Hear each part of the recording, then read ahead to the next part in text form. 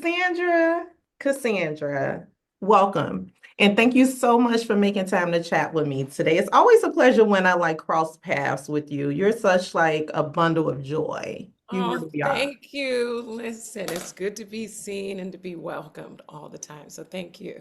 Yes. So we're going to just get straight to it. Season four. We are literally weeks away from season four, which is also a finale season. What can we expect? What are the vibes Viv are giving this season? What should we anticipate? Yeah, you should anticipate feelings of what? No, you better stop.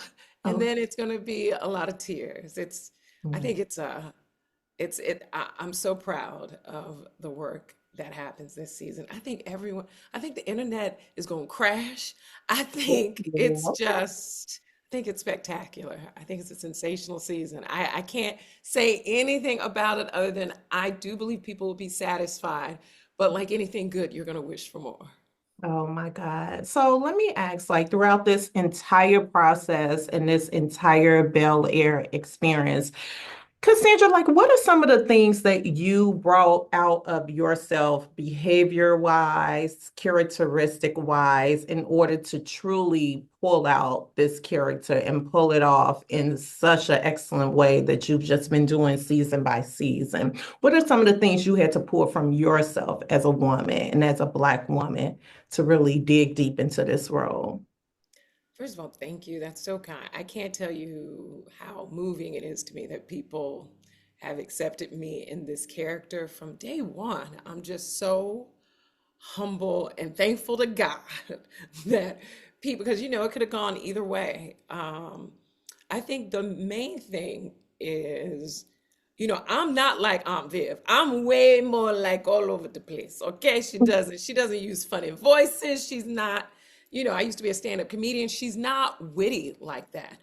I like to think she is like the most grounded part of every great Black woman you've ever met. Yeah. She's like the soul. She is the garden. She is the fertilizer in which all great things grow from.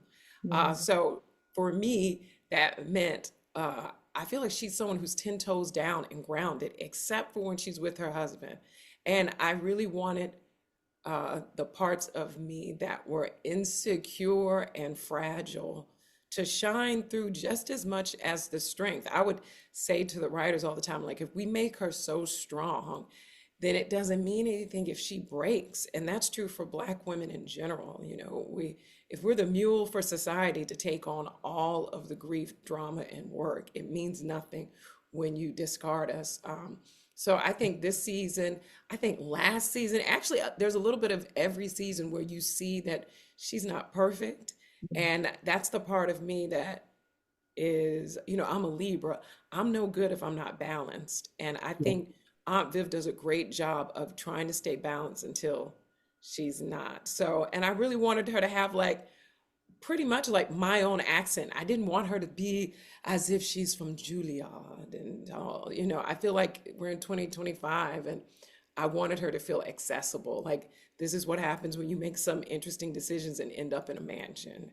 I just really wanted her to feel like you have this person in your family. This is Yeah. that person who happens to be in the mansion over in Bel-Air. Yeah.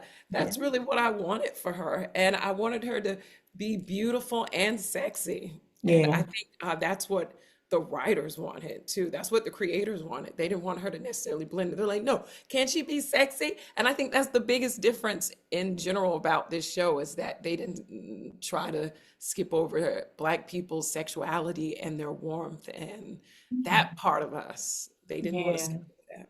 I love all of that. How did I not know you were a Libra? When is your birthday? I'm a Libra. I should have known. October 1st. Oh, you kick us off a little bit. I'm October 17th, so happy belated birthday. Yes, well, happy super belated for you, my friend. Oh my gosh. Yeah. Yes. Everybody need a Libra in their life. If you do not have a Libra in your life, you are not living life, Honey, okay? you are missing out. Okay. We're here to be your cheerleader. Okay. To see the vision, bring it together, then let us rest. That's right. That's right. So throughout this entire experience, have you ever had any conversations with the original Aunt Viv? Like, has she ever came on set? Have you ever gotten any like tidbits, any advice from her, like stepping into these high heel shoes? Well, I guess you didn't see the press release. She's in this season, Janet Hubert.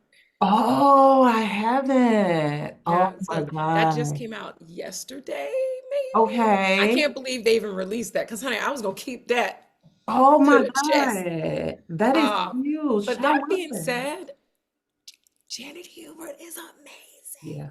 Yeah. We Yeah. need to give her more flowers. Oh, Yeah. I'm the biggest fan of hers. And she she gave no advice. I bumped into her a few years back. I can't remember. That's on my Instagram. Like we met in person, uh, Okay. out of the blue, and like the whole party stopped for us to Of meet. course. It was a very I won't ever forget that moment. It's like the sea parted, and there she was, and like Mhm. and she was like, "There's no advice I can give you." She's like, "You made her your own. It's a whole Mhm. other world." She's like, "You're perfect." She was so kind, life giving. She is as you would believe Aunt Viv. Aunt Viv Yeah. would never be anything Yeah. but that beautiful, humble, full of gratitude, joy, grace, goddess, queen, empress energy. That is Janet Hubert. And on set, she is all that. Plus, she is just so funny and silly as Yeah. well. I just love that she's this expansive self. But at the heart of Janet Hubert, she is an artist.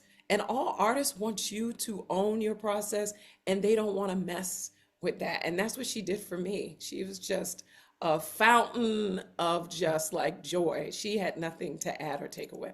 I love that. How are you balancing it all? Because you've also been a part of other projects like throughout this entire Bel-Air experience. How are you finding a balance like between your personal life, your professional life, and continuing to say yes to all of these amazing opportunities that you're stepping into?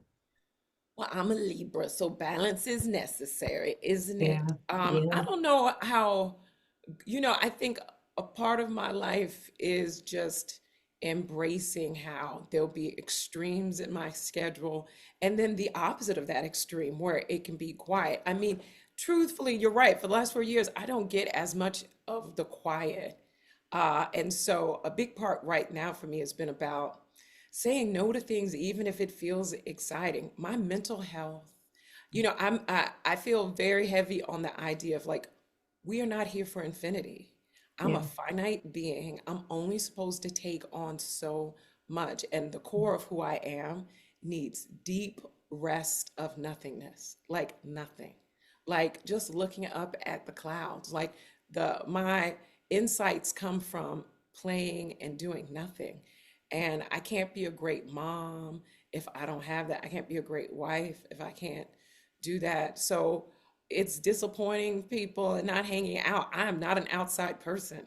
I am very much an indoor person. Even though I love being around people, hmm, it's a lot of energy, my friend. yes, So, and it I have is. my other castmates get off on all that, and that's not me. So, part of the balance is having a great husband and family who allow me to just be like, I'd got an Airbnb just to be by myself for a few days. Like, I need it for my mental wellness. There's too much stimulus in this society. Human beings aren't meant to be this stimulated. We're meant to be in nature. Like a tree grows so slowly. It's not looking to see how much it grew from week one to week two. Like, no, you're supposed to wait years and look at growth. I feel that heavy in this season of my life. Like, let's go slow and just enjoy the scenery. And I don't have to be at 100 for everyone. Oh, I love that. That's such a beautiful response to that question. It really is. So, when we're talking about Hollywood in general, like what are some of those Hollywood narratives that you aspire to align yourself with the most? That's a great. Now, first of all, Latasha, that's not where I thought you were going to take that question. So good on you. Good on you. Mm. I think, this is, hello, you gonna hear this right now.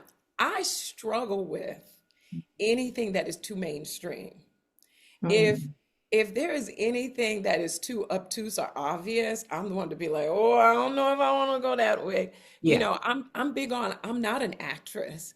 I am someone who was born to be like people's cheerleader, to be a visionary, to tell people like where I see the best of them live. Like whatever the feeling you get from talking to me, that's my gift in this world. I don't know what that thing is in Hollywood necessarily. It's just like this is such a professorial like answer of like the construct of what Hollywood Yeah. is a career and a machine. The only Mm. truth in this thing is what sets me on fire, excited, and do I find or bump into or be invited into the projects that light me up?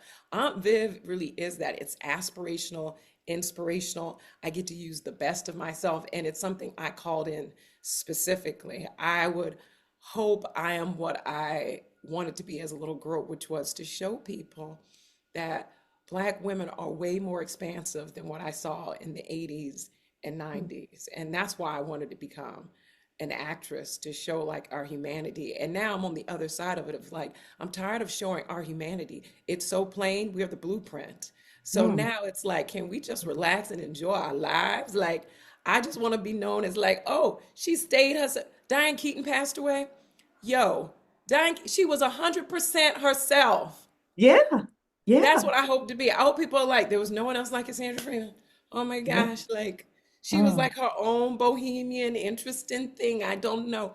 I will never be that girl, that thing. So I don't know, like, I don't know what Hollywood is anymore at this point. Because to me, I'm interested in community and creating things that make me excited. And I know you have to run, but before I let you go, what are you absolutely going to miss the most about working alongside this cast and this entire Bel-Air experience in general? Don't go crying on me now, Cassandra. Don't go crying on me. I'm not gonna cry. Girl, we have cried so much. But Oh, I'm so lucky because I mean, I'm gonna miss the everyday camaraderie of it all. But yeah.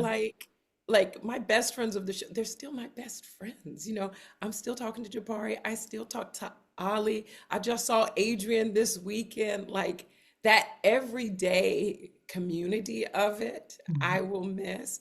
Also, I'll miss being dressed because Cassandra do not be dressing like Aunt Viv. Okay, having that much attention to detail that Queen Sylvia brought into Yeah. this work was a blessing to Revelant. But really, just the family. People don't get you work with somebody for 6 months, 8 months of the year, and you're with them 12, 14 hours a day. That's more time than you're with your actual family.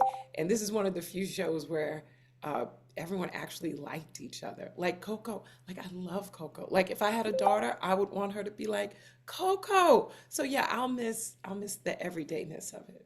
Oh my God, Cassandra, thank you so much for your time today. I'm Thank you, excited Latasha, for for your November thoughtful 24th. questions. Oh my God, what a blessing for thoughtful questions. I appreciate you. And thanks for blessing me. I'll talk to you soon. Sounds good. Bye bye. Thank you.